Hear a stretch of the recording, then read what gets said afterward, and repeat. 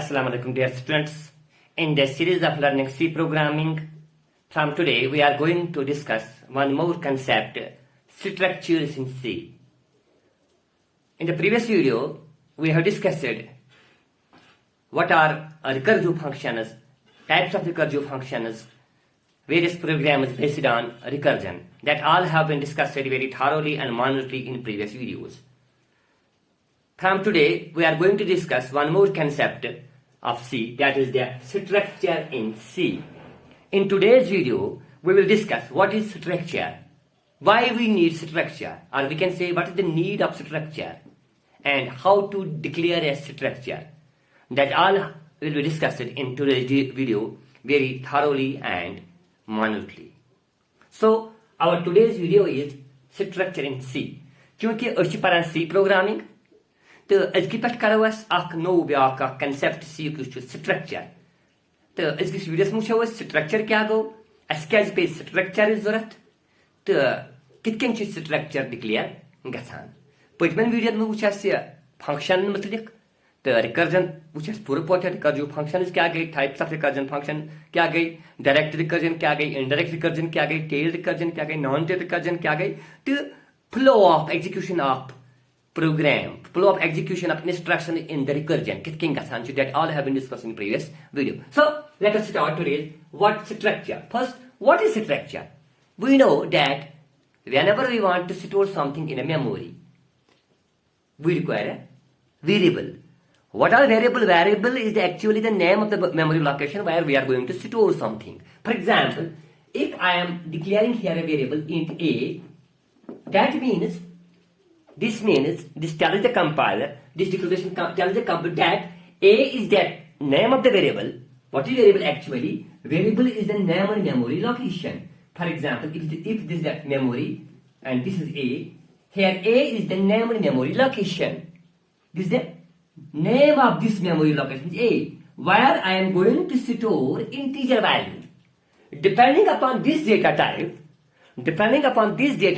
the memory manager allocates the space, allocates the memory for this variable. That we know, that we have already discussed in previous videos as well.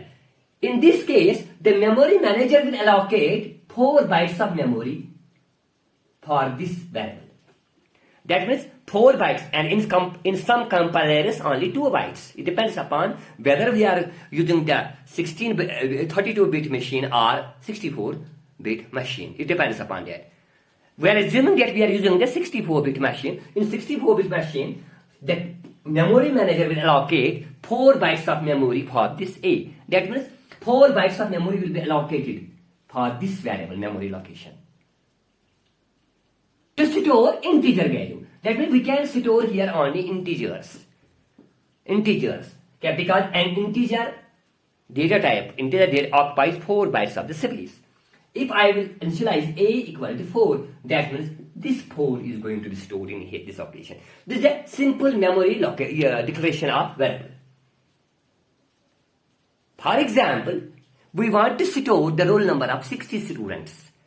For example, we want to store roll number of 60 students.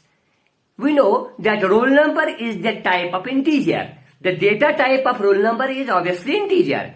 So, when we declare, we have to declare if we declare 1 by 1, we have to declare 60 variables for 60 roll numbers. That is a cumbersome, lengthy process. That is not a good programming practice, we can say. So, what is the option? The option with us is to use array. क्योंकि अगर ऐसे, for example, एक roll number करो store तम कोई आख variable ज़रूरत. ये sheet variable roll number sheet उन बातें roll number करें store तम खुद करना sheet variable ज़रूरत. तो such an असल practice क्या है? तीत क्या है? हमसे क्या problem अच्छी sheet पार कर sauce चेस करें अच्छी sauce variable declare करें. That is not a good programming practice. So in that case we use the array, which already we have discussed in videos in arrays. Array, what is array? Array is the collection of homogeneous data types. Elements of homogeneous data types. That means it's a collection of the elements of the same data type referred by a single name, same name. For example, here if I want to store the roll numbers of 60 students, Then what is declaration? Int, for example, roll number is the name of the array, and here I will write simple 60. And obviously, the memory manager will allocate me how many bytes of memory? 60 into 4, that means 20. 240 bytes of memory will be allocated by the memory manager for this declaration. So, in order to store a single element, single data item, we use one variable. In order to store more than one, we can say, but of a similar data type. In array, the condition is that the elements must be of the same data type. Either they may be of integers only, or they may be characters only, or they may be float or any other data type. But the precondition is that the array is the collection of the elements of the same data type, not different. We cannot combine the data types in array. Are you getting? Yes. So, accordingly, the memory manager will allocate the memory. Because obviously, when we want to store something in the memory, something in the computer, we need memory. And the memory manager allocates the memory depending upon this data type, as per the data type. Okay. But in the real life, the situation is something different. For example,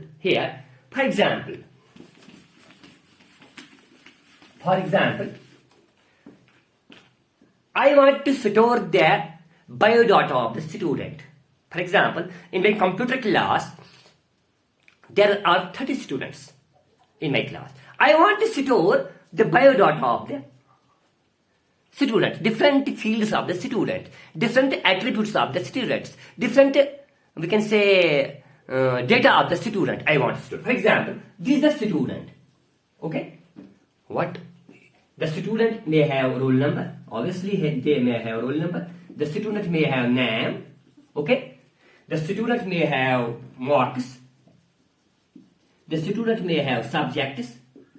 And in addition, the students may have residence, the student may have date of birth, the students may have phone number, students may have PIN code, postal address, students may have some marks, we can say average marks, different fields. These are the attributes of the student I want to store. So, in the real life, if you observe, what is roll number? For example, roll number is 141. Okay? And name is Shabir. And his marks are 50.5, for example. And subjects are computer. I assume this, for example, this A is a student who has a roll number 141.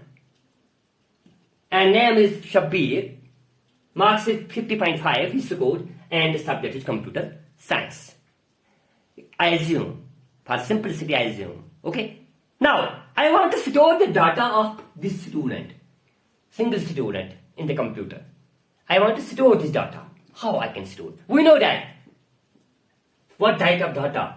We know that roll number is integer type. int, because 141 is integer. We know integers, what are integers?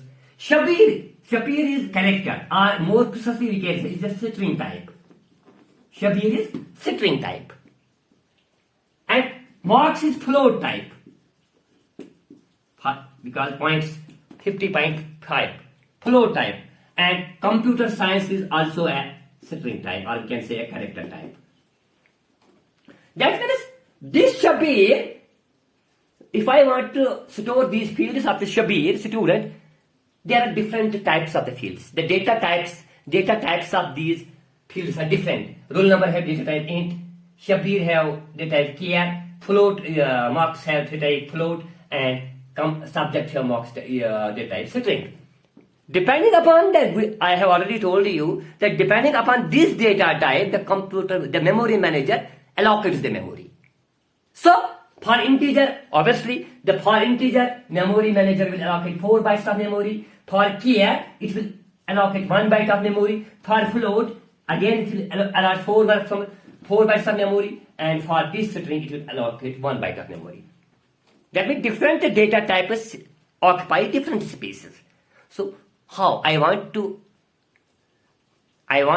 store the data type. I want to store the biodata of the student. Now, question is, if I want to store the, for example, roll number of 60 students, obviously I can use array but only to store a roll number, not this. Correct. We cannot combine the data types in arrays, because array is the collection of the elements of same data type, single data type, referred by single name. So obviously we need different data types. The student contains their different attributes of different data types, we can say. So now the question is there any thing in C by which we can combine these data types? We can store the different data types at a single unit. Is there? Yes.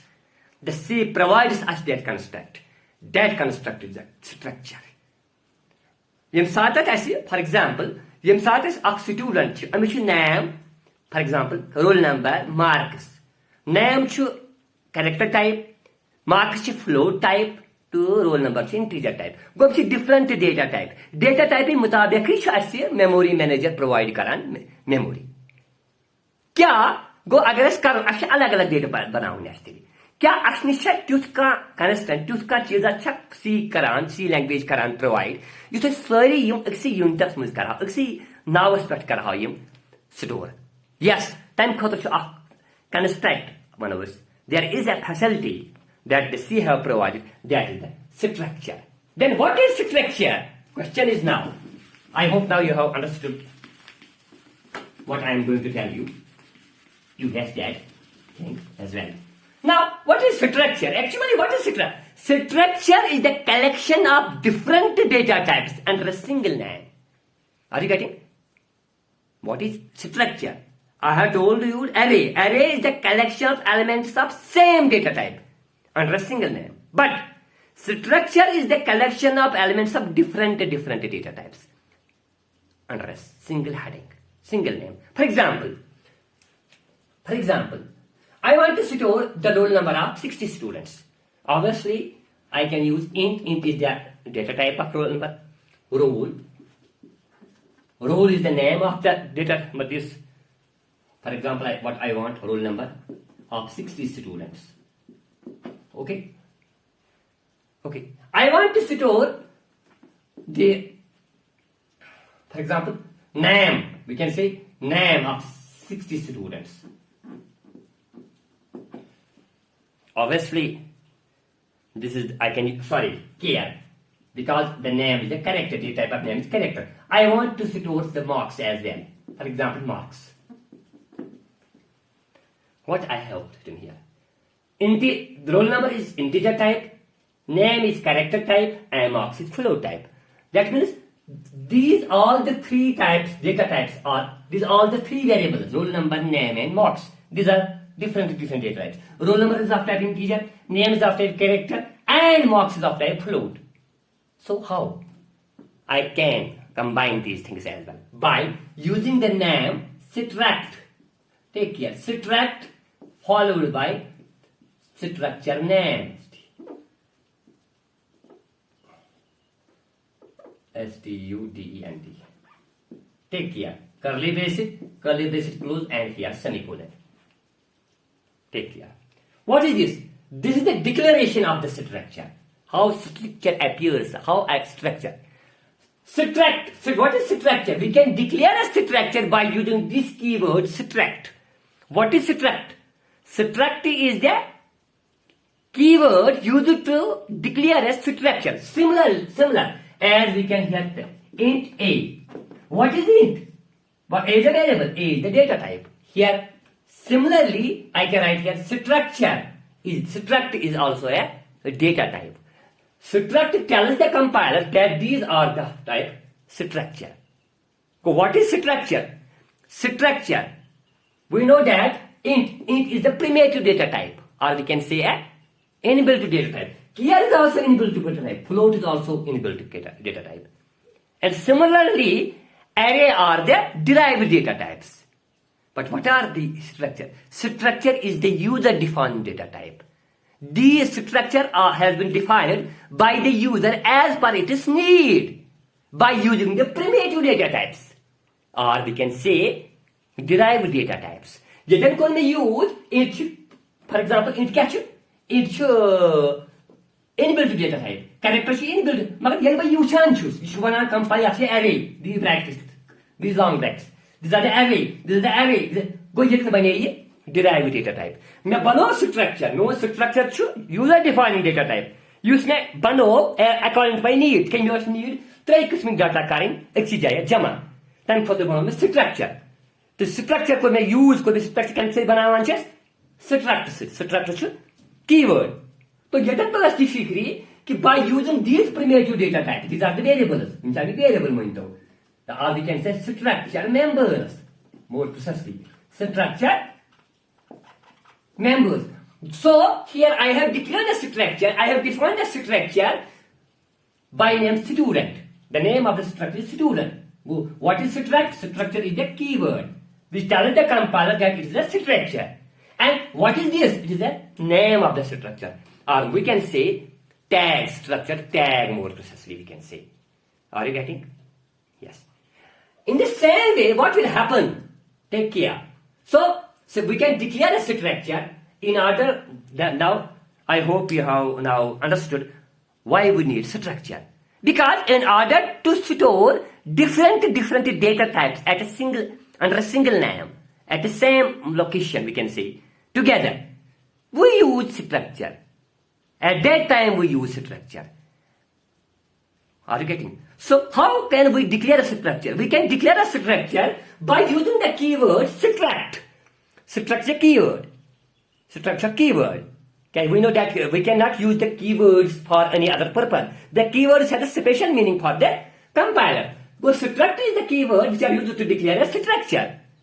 How we declare? Struct followed by struct tag name. Structure name. Name can be anything. It's optional. What you can write as here. As per this, the computer memory, the memory manager will allocate for this structure how many bytes of memory. We know that it contains how many bytes of memory? It occupies 4 bytes of memory into 60 students, 240. Okay, and we know that character occupies single byte of memory, 1 byte of memory, and for 60 bytes. For 60 students, it will 1 into 60. That means 60 bytes will be allocated for this array. And we know that float occupies 4 bytes of memory. That means 4. And how many bytes are in total? 0, 4, 0. 304 bytes of memory will be allocated by the memory manager for this structure. Yemi structure khatir naman element in khatir kad memory manager allocate prahat soar. It can array integer khatir 8 byte, but here total of 304 bytes of memory will be allocated by the memory manager for this declaration. Okay, I hope. So whenever you are going to write a structure, first of all it is mandatory to write this structure word. Again, the structure will show an error. And at this closing brackets, it is mandatory to have a semicolon. That means the structure ends with this semicolon. The structure declaration terminates with this semicolon. If I don't write this, it will show me an error. Error. Also, it is mandatory to put here at the end, at the closing, put here the semicolon. The declaration of the structure. But take care. At the time of the declaration, no space will be occupied. Space can occupy gasan can. It is only a template. Take it in mind. The structure, this declaration, is a template. The memory is going to be occupied. Then such a memory occupy gasan when the objects of the structure are going to be created. Yem sat anik object banan chh tam such a memory occupy gasan. To tanchi totally asan as template. Tay maintaw ye gai ak bas at asan. Ye guide is khasan chi kunte bachi. Us wanan pait the trasir che miaine. Tas timan transit and pachun bihan kain. Khali chana the last 3 seats che tim che miaine khatri 0. Ko seat chasan yalai. Memory chen occupy asan gamus ke. Memory che tam sat occupy gasan yem sat output napar bana bihan chi. In the similar fashion here the memory is occupied when the objects of this structure are going to be created. Yem sat objects amik declare gachan chi. Then such memory occupy gachan. So then memory occupy gachan. It is structure is only a template, we can say. So I hope now you have understood what is structure and why do we need structure and how the memory is going to be allocated for the structure. Now, before writing the structure, we should keep some points in mind. Number one, first, which I have already told, that the structure terminates with this semicolon. Number two members, these are the members of the structure. It is also a member, these are the structure members. Two members of the structure cannot have the same name. For example, here I have write float marks. For example, care marks. Yeah, float marks. It will show me, and it is not allowed in declaration. Two members of the structure cannot have the same name. Two variables of the structure cannot have the same name in structure declaration. If I write two members of the same name, it will show me an error. It is not allowed in declaration of the structure. It is not allowed in structure. We have to keep in mind while declaring the structure. Okay? First, the structure ends terminates with this semicolon. Second, the same element, the two elements, we can say two members. More precisely, we can say two members of the structure cannot have the same name. Third, we cannot initialize the individual elements of the structure. We have to initialize elements of the structure. Yes, initialize. For example, here,